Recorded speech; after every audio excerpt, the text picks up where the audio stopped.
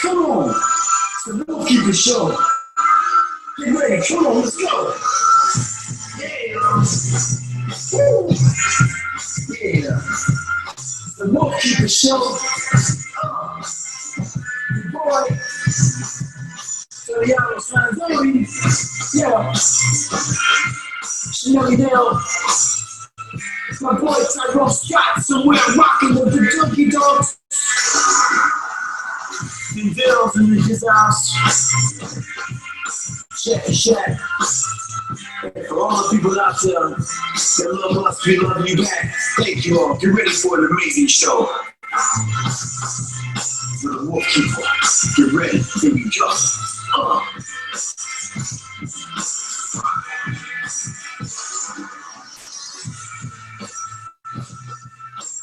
Woo! It's going to be a great show today.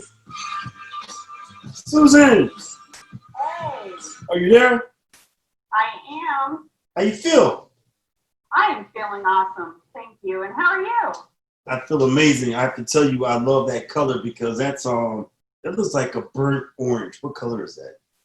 This is safety orange. Safety orange. See what I did there? Safety. Yes. Those are like Leo colors to me. My product is all about safety. So this is subliminal. The orange in my branding is safety orange. Safety orange going down. Hey, I'm so excited. Chanel Nail, are you there? I'm here. Good morning. Hey, Susan. Hey, Chanel. Nice to meet you. Nice to meet you. All right, we're all live. We're gonna what is going on? We'll be sharing this, preparing. We got a little glitch on their Facebook. It's saying it's preparing, but it's not launched yet. But we're gonna go on through this anyway. So Susan, we've been talking it up and been loving the fact that you are you've made a product for the animals. That's so amazing, to protect their ears. And that's a huge big deal. I mean, Susan, entrepreneur, dedicating all her time and energy to do one thing specifically right now, and that's protect dog ears. Tell us more about that. Well, it all is my golden retriever's fault. He was an aging golden retriever, and I noticed that he was getting more and more sensitive to noises. And it just broke my heart to see him doing the panting thing, the running into the bathroom to hide. And I make human hearing protection. So I used my materials to make something for him, and I realized that it actually worked because it blocked the noises that scared him. Oh, wow. What type of noises were they? Well, this sounds so funny. It was the weed whacker. So the lawnmower didn't do it or whatever, but we bring out the weed whacker and I come inside and he is panting up a storm and hiding in the bathroom. And I was doing that to him. I scared him. So I realized I had to do something to help him. And how did you know that it was that? Like, did it take you a while to do it, to find out that was what was annoying him, irritating him? Yes, but I live on some good property, so once a week we were doing it. And when I left, he's on his bed, and when I came back in, he's in the bathroom panting and shivering and all that. So, yeah, it's horrible. And so it makes me sad hearing that. I hate when dogs get scared by noises. It makes me really. And we're doing it to them, and that's what bothered me is that I was doing it. I was making him afraid, so I needed to do something to help him. Aww. So you made this product out of just caring about your doggy initially, because were you in that industry at all whatsoever before? No, nothing anywhere close to this. This is so out of my wheelhouse. It's been a hell of a What journey. were you doing before this? I am a retired middle school teacher from San Diego, California. Oh, my mom's a teacher. Shout out to all the teachers out there. Woo, woo, woo. Yeah. What grade were you teaching? Middle school, so 7th, 8th grade. I love that age. They're so hormonally. Oh, that's that tough age. I love it. A lot of attitude too. Oh yeah. I worked in a high school, so I'm like, ooh. Yeah, she knows When the they get to high educator school, too. they're calmed down. They calm down a little bit because they're just kind of anticipating the change. 'Cause, yeah, after 8th grade in Chicago. Shout out to all the teachers that are out there. My mama, she's a kindergarten teacher for 1,000 years. So I give teachers props. So you were, Susan, you were a teacher. So you're a teacher by trade. Yes. So you're a retired teacher, and your doggy, right? What's your doggy's name? Coleman, right? So Coleman the what? What is he? Golden Retriever. So Coleman the Golden 17 Retriever. now. He you know, you recognize. I'm feeling you as a dog mom. Like you just like. My dog is not happy with these sounds are scaring him, so I'm gonna design you like the ultimate mom. You're like, I'm about to like take care of my dog's ears for real. Wow, I love that. So they're our family. they're your family. Yeah. So what was you I mean, this is why I love because obviously we know when there's certain sounds that freak dogs out, because sometimes I tell people it could be something super, it doesn't have to be a loud sound sometimes. Sometimes it could just be a weird sound. That makes them freak out. Chanel, is there any sounds that Bentley are afraid of that freaks them out? No, not that I've noticed. Nothing.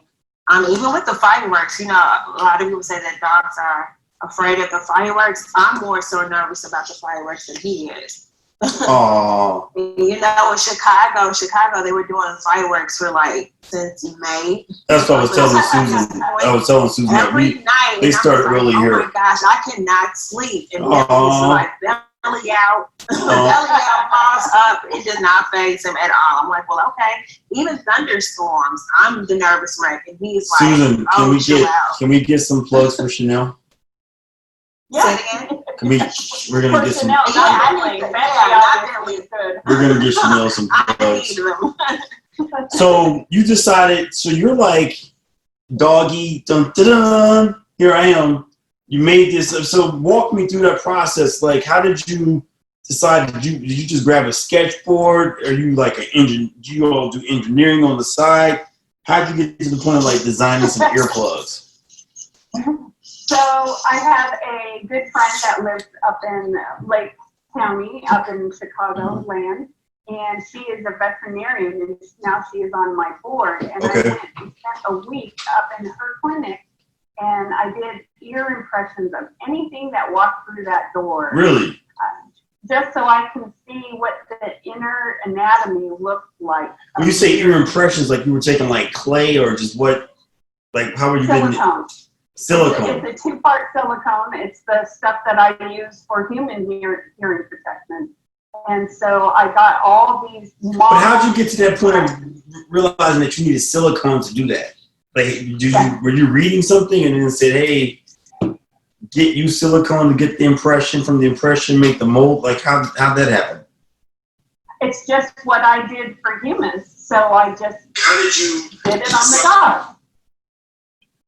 But so wait, you said you did it for humans. I guess I got lost. Like, is that prior to when? Yes. On the side, my side hustle is making human hearing protection for people that are in loud industry. Gotcha. Okay. Heavy equipment. So were you doing that while you were teaching?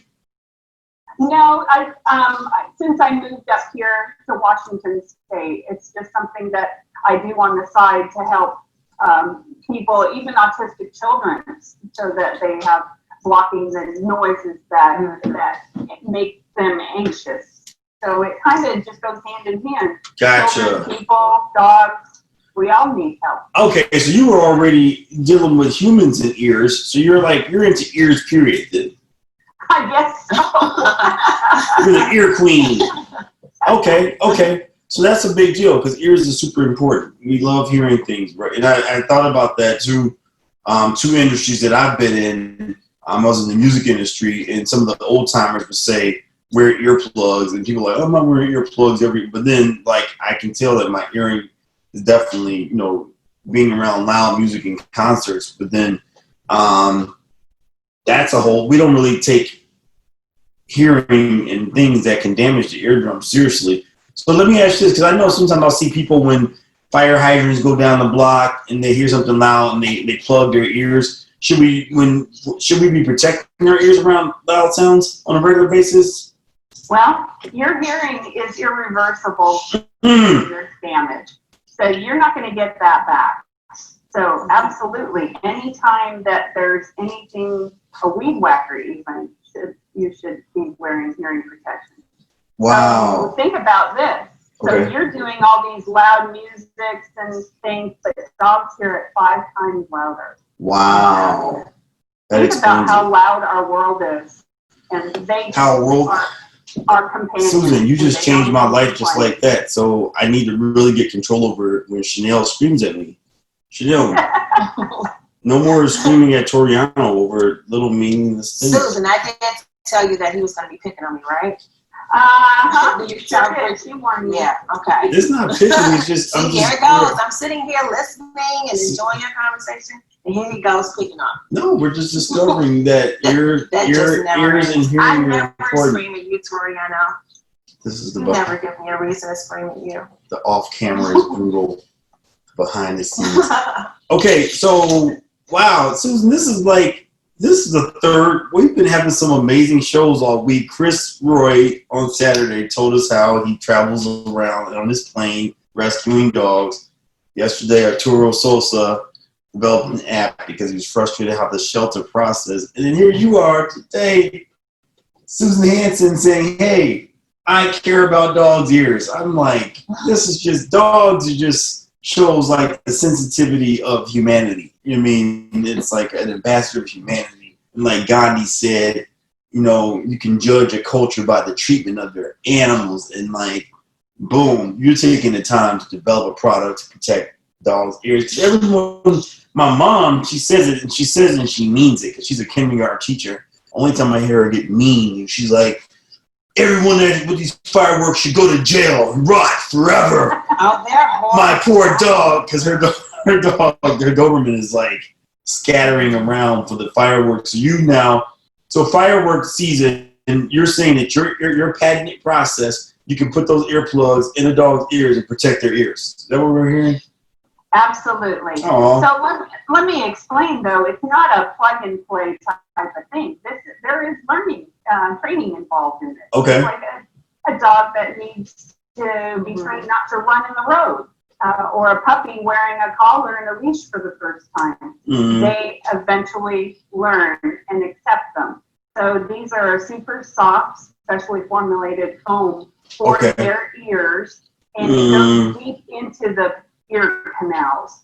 So I use the anatomy of the ear canals to help retain them. And that's the key right there, is that you need to pull up on the ear. So it opens up the ear canal, you put them in, and it kind of catches in the elbow of the ear canal. You know what went through there's one right there. Yeah. Wow. Yeah. So this little tail gets caught in the ear canal, and then it doesn't pull out. Susan, there's training, and bribery works wonders. So you just made me think of a new show that we have to do, and that's showing how they go inside the dog's ears. Agreed. All right. Susan, what do you think about the dog owners that clip the dog's ears? Like, I never really understood why they do that, and does that affect the hearing of does that enhance it now that their ears are cleared, like clipped?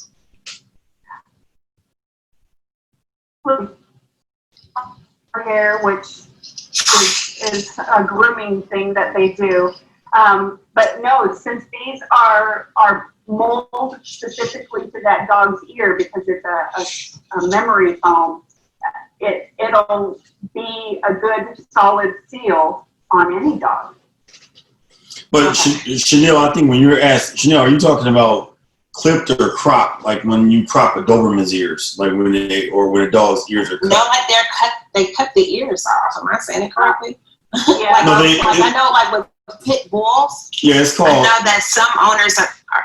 It's called cropping. So when they crop the ear historically, that's a great question. People ask, why would you cut a dog's ears? So for Dobermans, Connie Corsos, dogs that where the ears were cropped and the tail was cropped were for gladiator purposes. So if you had this Rottweiler, for example, who have short ears and no tail, you just have this head and a body coming to charge at you. There's nothing to grab a hold of for the dogs. And there's for some dogs too that were hunting purposes, when they're running through the bush, there's nothing to get caught on. Now it's just all fashion unless you are using a dog for true gladiator purposes. But that leads me, Chanel's awesome question leads me to the question for you, Susan, is that I just thought about regarding humans, where my doctor one time told me that Q-tips are bad because it pushes the wax into the eardrum. So is this bad for the dog to just pushing the wax into the dog's ear? Well, I'm glad you brought that up, because yes, this needs to be used on clean ears. So hopefully people who buy these products, they care about their dogs. So they clean their ears often, so they won't be an issue. Okay. So it's not And then how important, sorry, I got questions. No, go ahead. So how important is the hygiene of dogs' ears? Like, I don't clean at least ears all the time. I don't know if that's bad mom duties. Yeah, now you can do that today, I'm sure. Right. Yeah, but so how do you clean them though? Well, because I know when he goes to the groomer, they do all of that, or he goes to the vet, they have like ear drops or something that they put in there to flush it out. Yep, exactly. Yes. Okay. The pet store has great products that will help you clean them. Dogs' ears can get pretty gross, actually. So it's very important that we have clean ears. Yeah, no, dogs' ears. I mean, and also I'm just thinking too, because dogs can get have yeast infection in the ears also too. So, are your plugs in safe for dogs? I mean, is it going to cause like any contamination in there? Like, are they a one-time deal? Like, you use the plug and throw it away, or once I buy some plugs, they're forever? We've done some really good bacterial testing on them, because yes, dogs' ears are gross and dirty, and some do have the bacteria. But these plugs are made that you can wash them with warm water and soap and totally dry before you use them again. So they are reusable, but you don't just take them out and put them into another dog. It's one pair for one dog. Okay, so you use them one time, then that's it. Well, no, you can reuse them. Oh, you can use them. Okay, you can. Okay. And then what's the lifespan of them? I have yet to really damage one to no end, but it depends on the use. If there's a therapy dog that is with somebody 24/7, and they're going to be using them a lot more than the dog next door for fireworks. So I would say use your best judgment and see. And I have the 3 different sizes, small, medium, and large. So it goes towards whatever size dog you have by their weight. Okay.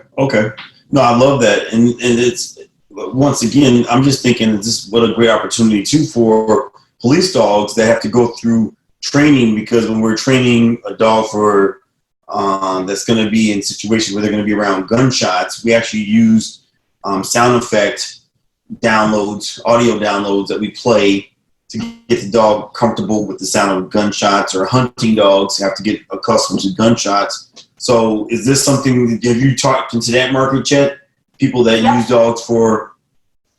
Exactly. I What kind of dog is that? What is that? That's my cat. He's trying to be part of the dog show.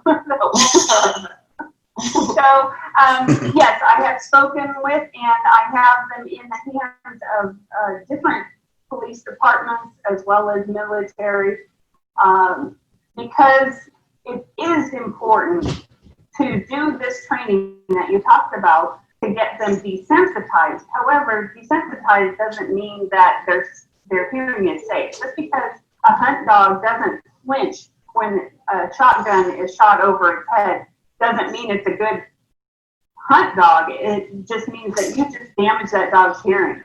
And then you're going to do it again and again and again. And that's not going to come back. And now you're going to have a 6-year-old awesome hunt dog who's totally deaf.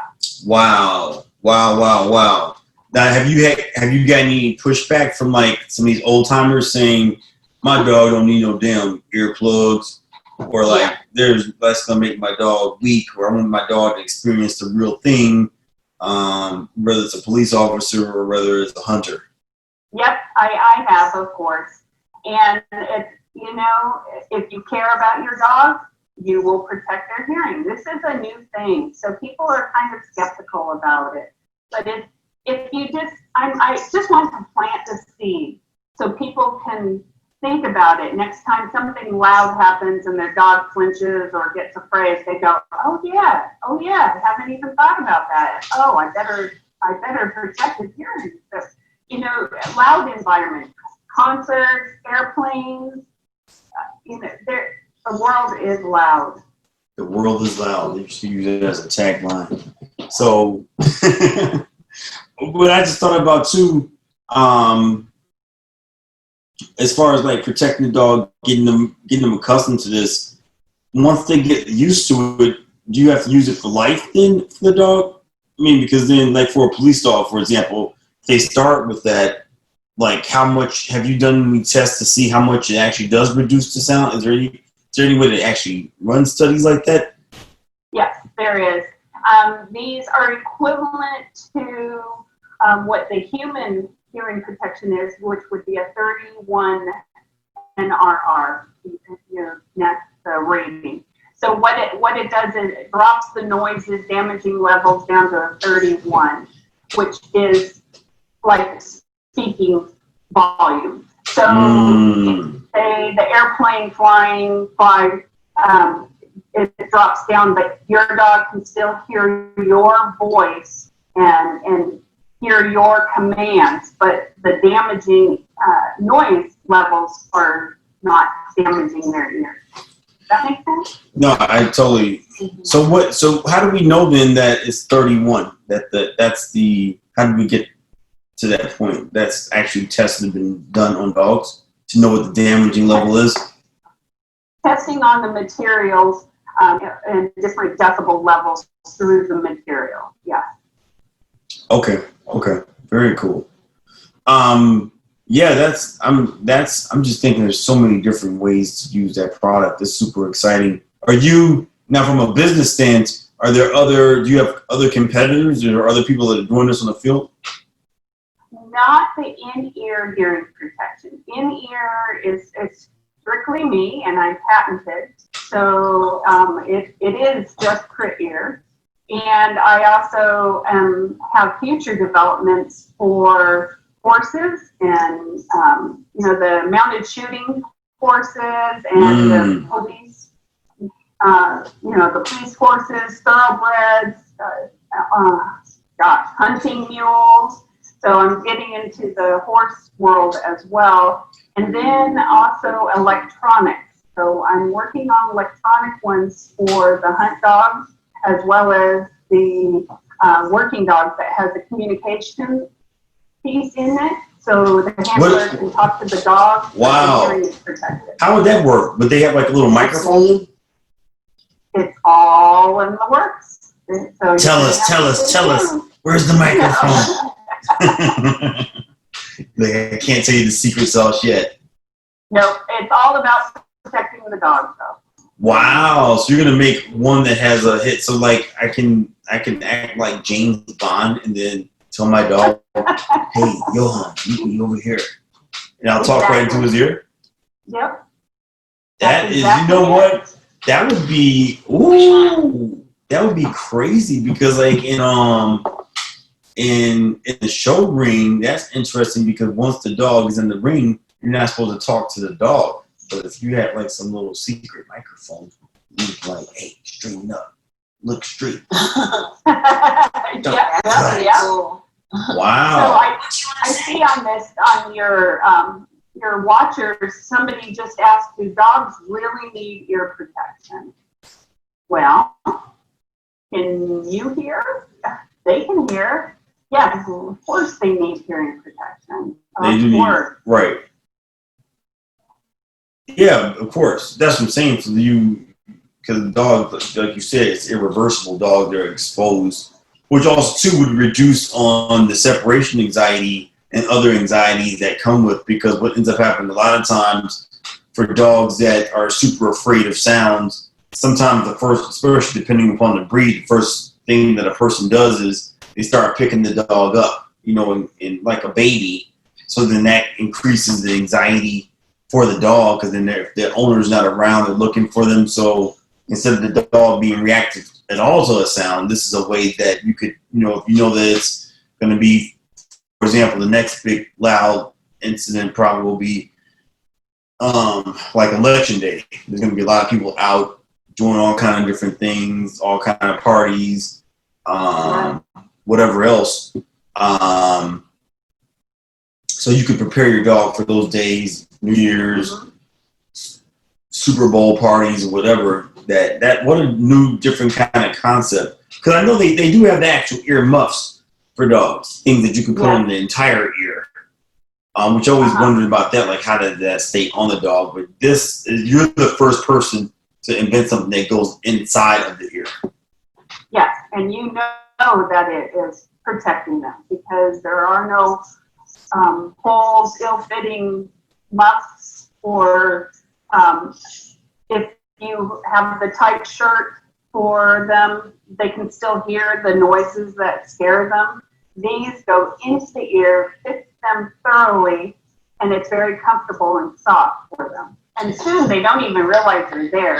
My Coleman, after he got used to wearing them, he almost looked forward to having them in, so he could go over on his bed and just zen out because he doesn't have to hear anything or anyone and just chill. That, you know what? That's nice. You know what I just thought about too? This would be great for dog kennels too, like at nighttime, like nighttime, to put the earplugs in their ears so they're not just easily interrupted or wake up.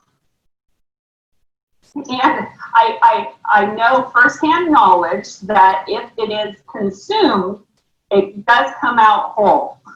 So dogs eat weird things, and so I'm working on making them so that you can see them in an X-ray, just in case you suspect that they ate it, that you go to your vet and it'll be able to be seen in an X-ray. If a person, where are they being sold right now? Right now, I'm doing e-commerce at www.crittear.com, CRITTEAR.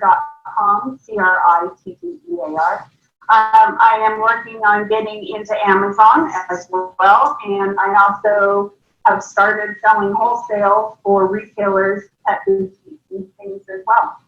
Okay, so if a person wants to get them, they should go to Crit Ear, CRETT. I'm sorry, CRITT. EAR. Yeah, it's kind of a pun on critter. Critter. Okay, critter. I get it. So they should go to CRITTEAR to purchase. And what's the price of the Crit Ears? They're $35, and for medium and large, and small will be available in about a month. That is so awesome. That's super preview of the small. I'm just getting them in from my manufacturer, who is in the United States. Super manufacturing here in the U.S. That is so awesome. Chanel, you ready to get some Crit Ears for baby Bentley? Yeah, if he allows me to put him in there, he's probably gonna figure it out. Like, nah, I'm okay. Right. Billy's a different kind of dog. Have you seen dog? Have you done like enough like tests to see like have dogs? If they get in there, is it super easy for them to kick them out?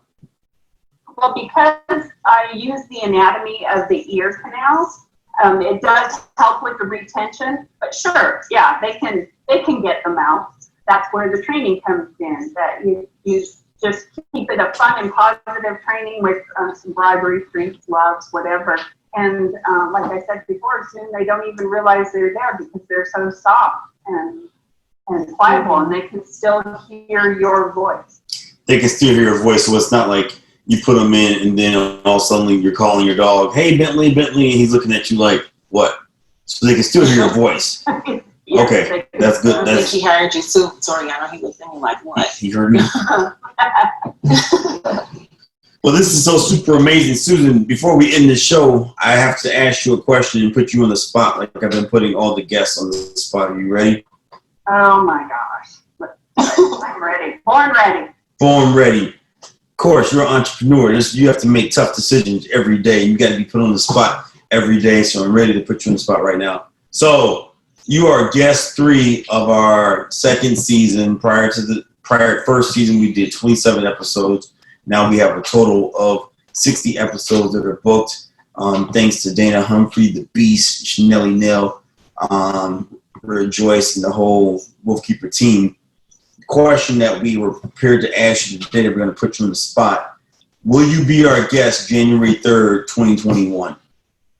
You know it. I was waiting for the invite. Yeah. Yeah. That's what I'm talking about. So, no, it's going to be the cool thing that we're doing right now is lining all our guests up now for next year because I want to go into next year already booked. All 365 plus shows we're going to have booked for next year. Like, locked and loaded. So, I feel like I just want to go out and hug you right now and hug somebody because you care enough about your dogs that you protect in their ears. And I know that's a super huge deal. And I need to educate people that they really everything protect the that dog. you maybe think about. Oh my God, and educating people about that. Well, we're going to go out and spread the word. Protect your dog's ears. Susan Hansen, thank you so much for being a part of our show today. You're an ambassador of humanity because I truly believe I love that so much when Gandhi says judgment for dogs and pets based our country and world is dependent upon the treatment of our animals, and for you to care enough to protect your ears. I truly always feel bad when people say their dog's ears hurt. So thank you so much. Thank y'all. Thank you, Chanelli Nell. Thank you for Dana Humphrey. Thank you. Peace and love. Happy Monday, guys. Happy Monday. Go out and have fun and love somebody. Hearts up. Peace and love. Thank you so much. Thank you so much.